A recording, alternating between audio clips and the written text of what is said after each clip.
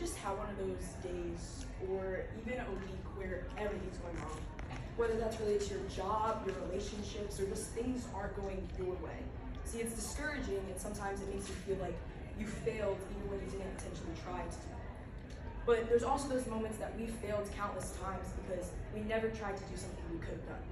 See, God sometimes pushes us to do something to show our faith in Him, and we let our fearfulness and our stubbornness distract us from doing what He's calling us to do. See, and there's also that in these moments it can make us feel like we failed God in a moment we could have taken action and we didn't. In Exodus 3, Moses sees this burning bush and he approaches it, and the Lord calls out to him, Moses, Moses, it is I. He starts explaining to him, you need to take off your shoes, this is holy ground. And the Lord continues to go on and say all these amazing things that Moses is going to do. And we see Moses' fear in verse 11. He says, but Moses asked God, who am I that I should go to Pharaoh and that I should bring the Israelites out of Egypt? Moses doubts himself right before God. He doubted God's calling to be used by him. The title of my message is Faith Over Failure.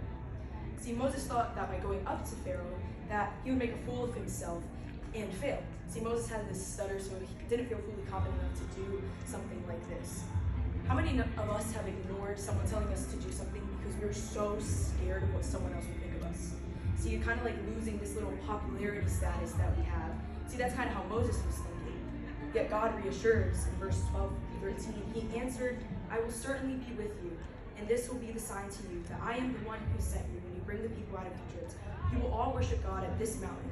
Then Moses asked God, if I go to the Israelites and I say to him, the God of your ancestors has sent me to you, and they ask me, what is his name? What should I tell him? My first point is God brings reassurance in times of doubt. In Hebrews 11 verse 6 it says, now without faith it is impossible to please God, since the one who draws near to him must believe that he exists and that he rewards those who seek him. So now Moses is in this mindset saying, all right, I guess I'll go do what you're asking me to do, but when I get there, who should I say sent me? And then God says in verse 14, I am who I am. This is what you want to say to the Israelites. I am has sent me to you. So God is continuously reassuring and calling Moses to go do these amazing things. But Moses is so scared to fail and so scared of what other people will think about him. See, I can list many times in my life where I was scared to go and do something because I was scared of what other people would think. I was scared to fail.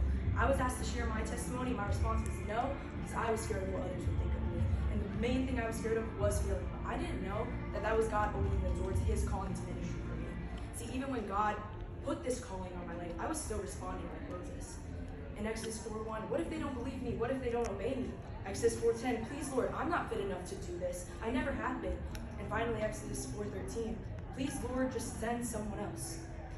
Hebrews 13, my second point is not just our faith in God, but God's faith in us.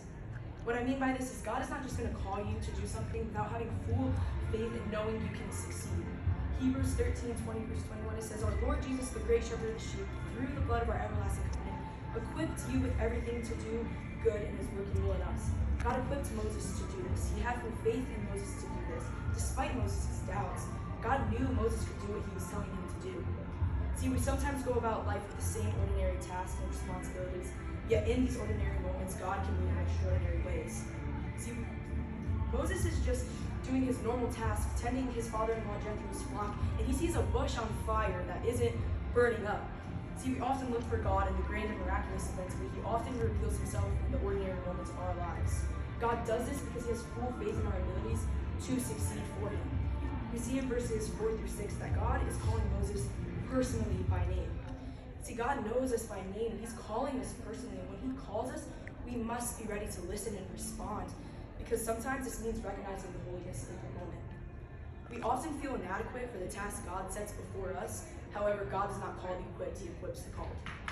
See, the rest of Moses' story goes on to show that he did do what God was calling him to do. He led the Israelites out of captivity, and he became this huge figure in the entire Old Testament. And then Exodus 3 and 4 remind us that God is present in our daily lives, that he's calling us to join him in his work as we go about our daily routines. Like Moses, may we find holy ground in the midst of our ordinary tasks, and we step forward in faith to fulfill our purposes.